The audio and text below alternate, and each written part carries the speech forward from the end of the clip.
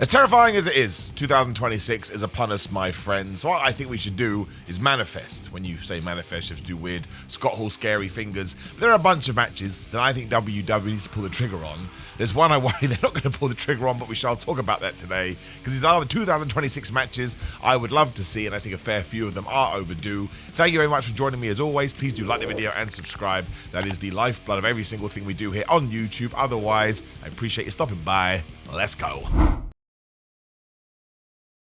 I know you're looking at my eye as well. We talked about it on the video where I discussed what the planned WrestleMania 42 main events could be. That went up on Monday, the 1st of December. So if you would like that, I'm going to make a whole video about it eventually. I'm a wrestler, right? And sometimes these things happen. I just don't want to mention it at the start of every video. Now I've done it a couple of times and I can leave it. But in at 10 is Rhea Ripley versus Julia. Now, as we get to the end of the year, we start 2026, Julia is not in the best position. However, I truly believe that talent does rise to the top and eventually WWE will get it right. We've gone back to manifesting here.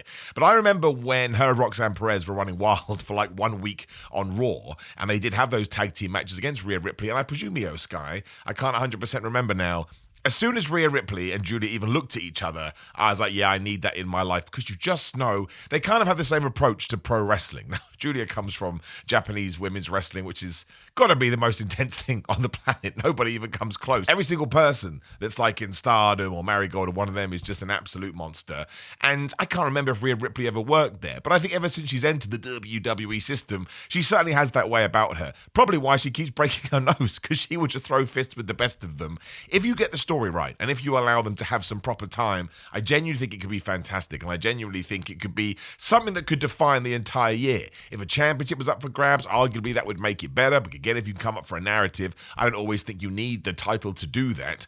Maybe you move Rhea Ripley over to SmackDown, which doesn't feel very likely because WWE quite clearly sees Raw as the A show. But if you did need something that you could build an entire brand around, I know I feel like I'm over-exaggerating now, but I truly mean it, Rhea Ripley, who is a massive star, some people don't want to expect it, she just is, and Julia that has all that potential, if all of a sudden maybe you say, I know we have our WWE style here in WWE, which is the stupidest sentence I've ever said, but if you guys want to go out there and just kind of lay it in a little bit stronger, I think it would captivate people, and I think it'd be awesome, and I think you could even do like a best of 7. I wouldn't necessarily do that. I think 3 matches is always the secret sauce. That's where the magic is. But if you let them go at it and you just let them, tell a different story every single time, I think it'd be awesome. I just want to sit, and I know we've got plenty of time, they're both still young, but wrestling promotions in general get too long to get to matches now. So let's start planting the seeds, because especially in WWE, matches are always improved when you have some preamble too, and you have some promo times. AEW admittedly gets away with it more of that, because there are just a lot of, we're doing this match today, but we're going to do that video soon, and we'll get into stuff they can do as well. But if somebody wants to book Julia versus Rhea Ripley, even at WrestleMania, this already is going to be Abby. Number 9 is a bit of a different one, but they haven't wrestled one-on-one properly since 2023. They have had interactions thanks to Kairi Sane and Rhea Ripley. I want to see the proper one-on-one feud between Io Sky and Asuka every single time they're in the ring. It's just the best match you've ever seen. Even in War Games, they only did about 3 seconds with each other. I'd be like, how are you so good? It's why I got a little bit, not really in a joke kind of way, nerdy about Charlotte Flair beating Asuka on that random SmackDown before that Survivor Series. I was like, no, let's save all of Asuka's losses for when she gets into her singles feud programs. And Io Sky right now, I think is probably a bigger star than she ever has been in WWE. And Michael Cole, I think, kind of represents what a lot of people think. He keeps calling her the best pound-for-pound wrestler in the world. She's certainly in the conversation. There's other names you can throw in there too, but she really has found her lane, for lack of a better term, in WWE. Asuka has just come back. I mean, she's only back like 2 months in 2025, and she already became one of the wrestlers of the year. But I just think if you don't need anything with this. They don't even have to do promos. You've already set the scene with all the crazy stuff that Asuka was doing to Io Sky when we broke up that group. Just let them go nuts. This could be a WrestleMania match too. And once again, it wouldn't even need a championship. I'd be so bought in, and I'd be so just pumped about what they were going to do, and they would probably steal the show. In terms of treating wrestling like an actual sporting contest and telling both of them, whip the other person's ass, nothing would touch it, I'm convinced. And if they did another one, oh my gosh, they'd level it up even more. They're Pokemon. Right. Number 9 gets into this controversy about WrestleMania 42, but we can still do it. We're not just talking about WrestleMania here, we're talking about all of 2026. Regardless what we do at the show of shows, Braun Breaker versus Roman Reigns has to happen in 2026. And a small asterisk, if you want to do Jacob Fatu versus Roman Reigns as well, I also think that would be awesome. Again, something's going on with Jacob Fatu's health at the moment. That's way more important than silly wrestling, so I'm not going to worry about it. But Braun Breaker is ready to go. Now, maybe he is going to have the CM Punk match at WrestleMania. Maybe they're going to do something else. But we have 4, 5, 6, 7, 8, 9, 10, 11 months other wrestling time for Braun Breaker to do something. And if he does get a victory over CM Punk, give him a victory over Roman Reigns too. Hey, did the Cody Rhodes match should you so wish. But I just kind of feel like there is years now worth of footage of Braun Breaker walking around with his I do the best spears and sort of taking jabs at Roman, even down in NXT. So WWE must have been thinking about this for a while. So I think you tie into all of that. You let Braun Breaker be a massive over-the-top dickhead. Paul Heyman can do that as well. That's where you get that sort of extra connection too, because Roman Reigns and his former wise man are always going to be crying from their seeing devices because of the former love they used to have, which is a very strange way to describe it. I don't know how much Roman Reigns is going to be around him in 2026. I do think you should reserve his losses too, but one of these should be for Braun Breaker, and Braun Breaker should be everybody now that you would consider a star, as should Jacob Fatu once he does return and he can find his momentum. I think that WrestleMania would be the time to do this. You'll find out why in a minute when I get to my other dream match, but do Braun Breaker versus Roman Reigns. Call it spear versus spear. Keep it the simplest thing ever. Get to a big show in a stadium where the fans will be going spear, spear. Just do a Goldberg Brock Lesnar match as well, where it is just spear, spear, spear, spear, spear. Maybe a Superman punch and a Frankensteiner. Everybody will give it 5 stars because that's just what everybody does. Number 7, I'm going to stick with Roman Reigns and his potentially limited schedule, which I don't have a problem with, by the way. I think wrestling is so hard, look at my face, that if somebody gets to the point where they can dictate what their contract is and still make a lot of money, damn right. I mean, the amount of, what's the word I'm looking for, hours, time, just wear wounds. What's a wear wound? Wounds Roman Reigns, werewolf, would have put on his body. He's got to that point that if he wants to chill out and play Nintendo, I'm never going to have an issue with it, but I want to make sure we get these matches in. So I want the Gunther match as well. I want Gunther versus Roman Reigns. I think Gunther is the best throwback wrestler that WWE has right now. As I'm talking to you, I do not know if he's going to be John Cena's final opponent. John Cena will likely be retired by the time you see this video. But all signs pointed to Gunther, and it's another reason why. He can work your style. He can come up with a very basic match which somehow feels like the greatest thing ever. It's what he did with Randy Orton. I love those matches, and they were kind of like a wink, wink, nudge, nudge to the past.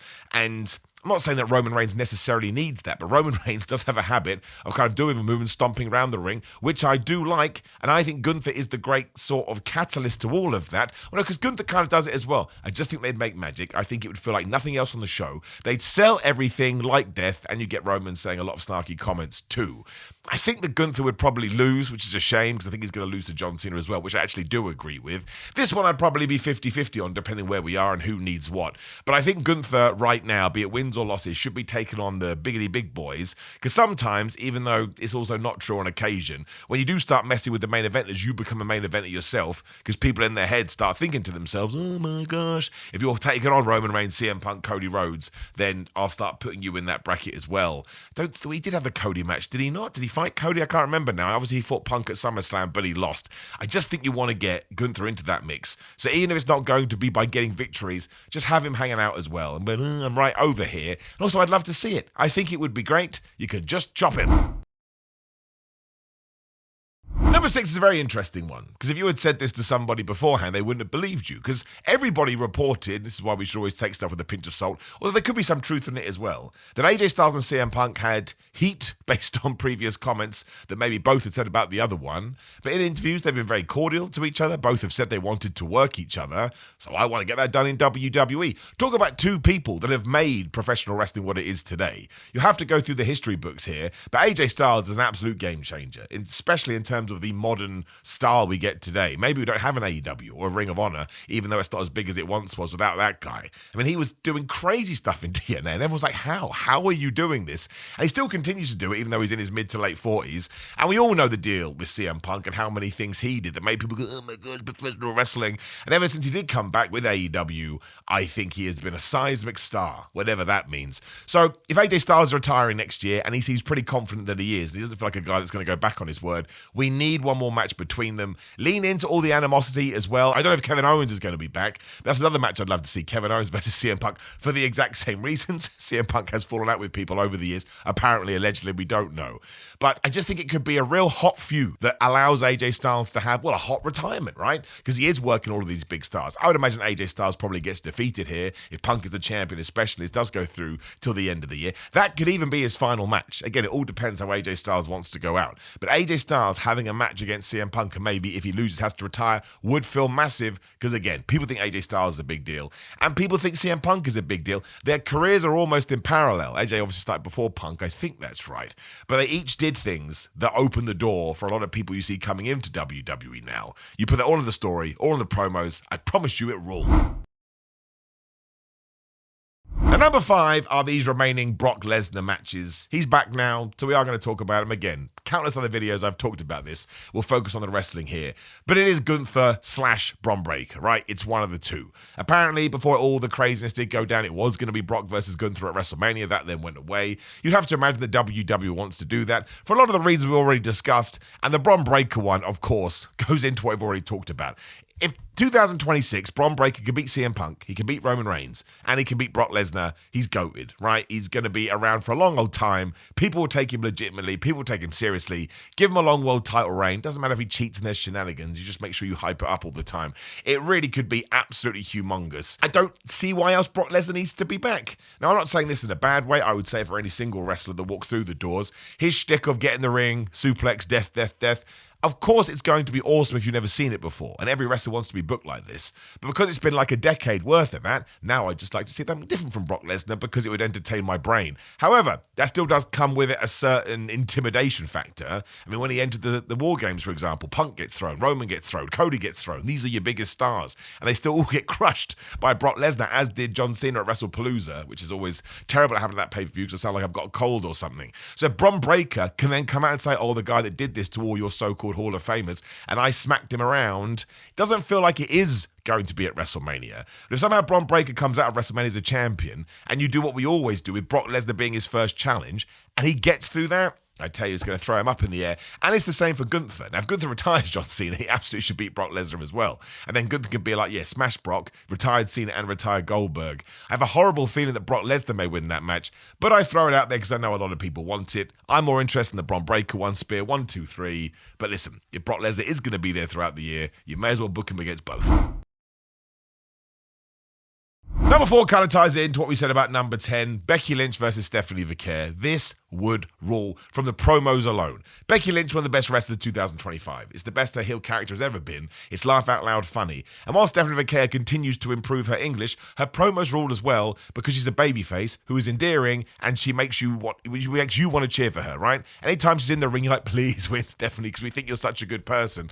And Becky is so good at creating the opposite vibe of the obnoxious asshole intentionally. It's very similar to what she did with Maxine Dupree, and it's a fair point. I think that Maxine Dupree is still learning. But if you could take that same energy and give it to these two, who are arguably two of the best people that WWE have when it comes to matches, especially big-time matches, I'm starting to think this should be the WrestleMania match. I think Stephanie Vaquer should be the champion through to then, and maybe Becky Lynch wins the Royal Rumble or the Elimination Chamber. I just think it would absolutely rule, and it's a fresh feud in the women's division. Now, Becky did say in her book she would rather have more story-led what's the word I'm looking for? Angles, I guess, for the women's division, so it doesn't always have to come back for a title. But I think you get to WrestleMania 42 back in Vegas, and you have Becky Lynch, the ultimate heel, versus Stephanie Vaquer, the ultimate babyface, who may have been on like a 6-month title reign by then. How it's going to be booked, I do not know. I think people would buy into it, and I think you'd be able to create the needed jeopardy to keep people guessing. I just think they're on other ends of the spectrum right now in terms of good guy, bad guy, but they both just keep getting better and better. And everyone keeps talking about, oh, Stephanie won't be able to talk to Becky. Yes, she will, because she tries hard. When somebody tries hard, you're like, yes, you go get them. And Becky understands how to sell and do facial expressions, especially when it comes to doing promos. I think I'm more excited about the promos than I am the actual match, but I just think it's something we've got to get done. Even saying it out loud, I'm like, man, that feels fresh. They do that weird chef thing after you've cooked a nice pasta. And that's what I probably want in 2026, matches that we've never done before, and matches that can help both parties, which is absolutely would. And of course, Stephanie Vaquer can win. Becky Lynch, already a Hall of Famer. I mean, not literally, but figuratively speaking. Now, And number 3 apparently was going to be the proper WrestleMania 42 main event, or the Sunday main event. I shouldn't say proper, Saturday night still counts. Still be a megastar to fill that role. Seth Rollins versus Roman Reigns. Of course it's going to suck that we can't do it at WrestleMania if that was the plan. But this match has been on the cards since 2014, and Seth Rollins turned on him. Every single match they have had, we've never really had a proper winner. We've never had a proper loser. They've been friends. They've been enemies. They've not been with each other. They have been with each other. They talk about it in interviews. They don't talk about it in interviews. Roman will drop it in. Sometimes Roman's doing another story and he gets sad, and people go like, because he can't trust people because of what Seth Rollins does. Let's get this done in 2026. You can do it at SummerSlam. Survivor Series, very sadly, next year is now probably going to be a 2-night event because they sold so many tickets. You are going to need massive matches throughout the year, not just WrestleMania, especially because TKO are like, oh man, we need new events that are as big as WrestleMania. Well, if you book Seth Rollins versus Roman Reigns, 1, you're going to get that intrigue, and 2, who actually wins? You can debate that in the comment. You can make a case for Seth. I argue that probably Roman would, given what he's standing in the company, but if Seth Rollins did do that, maybe that levels him up even more. And my gosh, he's been the glue of WWE for a decade. I think it comes with so much story as well, and people still love the Shield. Don't wait till 2027. This has been on the books for ages. Let's get it done. Number 2 is the one that I always go on about. I'm not going to let it lie. I'm going to keep talking about this. I'll be dead before this match happens. Cody Rhodes versus Randy Orton. I've so far predicted this to happen in early 2025, mid-2025. Now it's the end of 2025. I'm going to hazard a guess it's not going down. I just think it's one of these great feuds that WWE has. They don't even have to write anything. You just go to the ring, Cody. Go to the ring, Randy. Tell the truth. Cody, talk about how Randy was a mentor to you. Cody, talk about the fact you saw crazy Randy Orton. Randy Orton, talk about the fact that Cody Rhodes left in 2016 and you knew he was going to come back and be the WWE champion. Talk about legacy. Talk about Ted DiBiase Jr. Talk about AEW. There are so many things we can touch upon with 2 stars who are untouchable when it comes to, even if you made a mistake or did something off piece, no one's going to care. No one's going to fire Cody Rhodes or Randy Orton. It'd be totally crazy. And I honestly think, I presume that Randy Orton would turn heel, but even if he didn't, you wanted to keep it more of a shades of grey situation. As soon as they start talking like real people and bringing in real life situations, everybody is going to be so compelled. And also, people love Cody. People flipping love Randy. He's not on the show enough, but again, that could be a Randy Orton decision. So I always like to walk on eggshells around there. Cannot believe we're entering 2025 and we haven't done it. 2026. I can't enter 2027 with no Randy Orton versus Cody Rhodes. Hence why it's number 2. And the only reason I didn't put it at number 1 is because, once again, I don't think WWE is going to do this, and it makes me mad. Because it's CM Punk versus Cody Rhodes. I've been saying all year that should be the WrestleMania 42 main event. If we are to believe speculation, it's actually going to be Roman Reigns versus Cody Rhodes Part 3, which is still a mega match, by the way, and Braun Breaker versus CM Punk, which arguably I should have put on this list. That one I do understand. I just wouldn't do it at WrestleMania. We did a video, find out about my eye, find out about anything else. But it goes back to what I just said. If we are going to do Cody versus Roman at WrestleMania, we have a SummerSlam, and you can do Cody versus Punk there, especially if your SummerSlam 2 nights main events is Roman versus Seth and Cody versus Punk. That's actually pretty damn amazing. And if you can make WrestleMania work, and then 4 or 5 months later you're doing SummerSlam, the hardest event of the summer, and you have that kind of star power, you've probably cemented your entire year. And if you come up with a really good story going into War Games, you're going to have a better 2026 than you did 2025, because a lot of fans, rightly or wrongly, kind of felt like there was malaise around the place, and we didn't hit the heights we did in 2024, which was always going to be hard, because it was a great year. Yeah, if somebody said, Simon, you can wave a magic wand around like Harry Potter, and you can pick any singular match from WWE to have in 2026, it'd be Punk versus Cody. It's exactly the same as Cody versus Randy, as I can't talk for some reason. They can just talk about their past, and Cody leaving AEW first and cutting the promo he never thought he was going to cut, and CM Punk and him, they won't reference AEW, but they'll have to touch on that because they were both there. It will send the internet crazy. Everybody will be talking about it. They're such good workers and so good at what they do, they'll make you believe, oh my gosh, they hate each other now, and I'll be front and center of that. Don't get me wrong, don't know why I did the voice, and we've never seen it. My other worry too, and I wish this on no one, I say every time I talked about it, you never know when someone's going to get injured, you never know when somebody's going to get hurt. These 2 guys work hardcore schedules. So let's not tempt fate, let's not stand on ceremony, Mr. Wayne, let's just get it done. I can't think of one fan that doesn't want to see it. Now somebody will just type, I don't want to see it. Well, that's great. But the majority of us do. And also, put your biggest stars together. Don't care they're babyface, don't care if it's heel. If you think it works, do it. And if it doesn't click, who cares, man? You got another show like the next day, you'll be able to fix it. So there you go. There is 10 matches I need to see in 2026. There's loads of these, especially if Kevin Owens comes back. Drop me a comment below below. Keep them realistic. Don't say an alien versus Roman Reigns. Well, you can do, and I'll laugh, but I really would like to see what kind of things you do come up with. Otherwise, please do like the video, share the video, and subscribe. Click the video on the screen, which will be talking about other 2026 wants or happenings or worries, maybe. Who the flub knows? Otherwise, grillmine.com/Simon. Go there. Use code Simon to get money off. Patreon.com/Simon316 to support me on there. It does massively help the channel. And we do a bunch of watch-alongs. We'll have a bunch more up there this week. Simon316 on social media to call me an idiot. TikTok for dumb, silly, funny videos about wrestling that I think are amusing, but who the hell knows? Cameo is Simon Miller for holiday messages and pro wrestling tees. Search for my store. I hope you had a wonderful 2025, my friends. I hope you have an even better 2026, and we shall keep talking about the wrestling.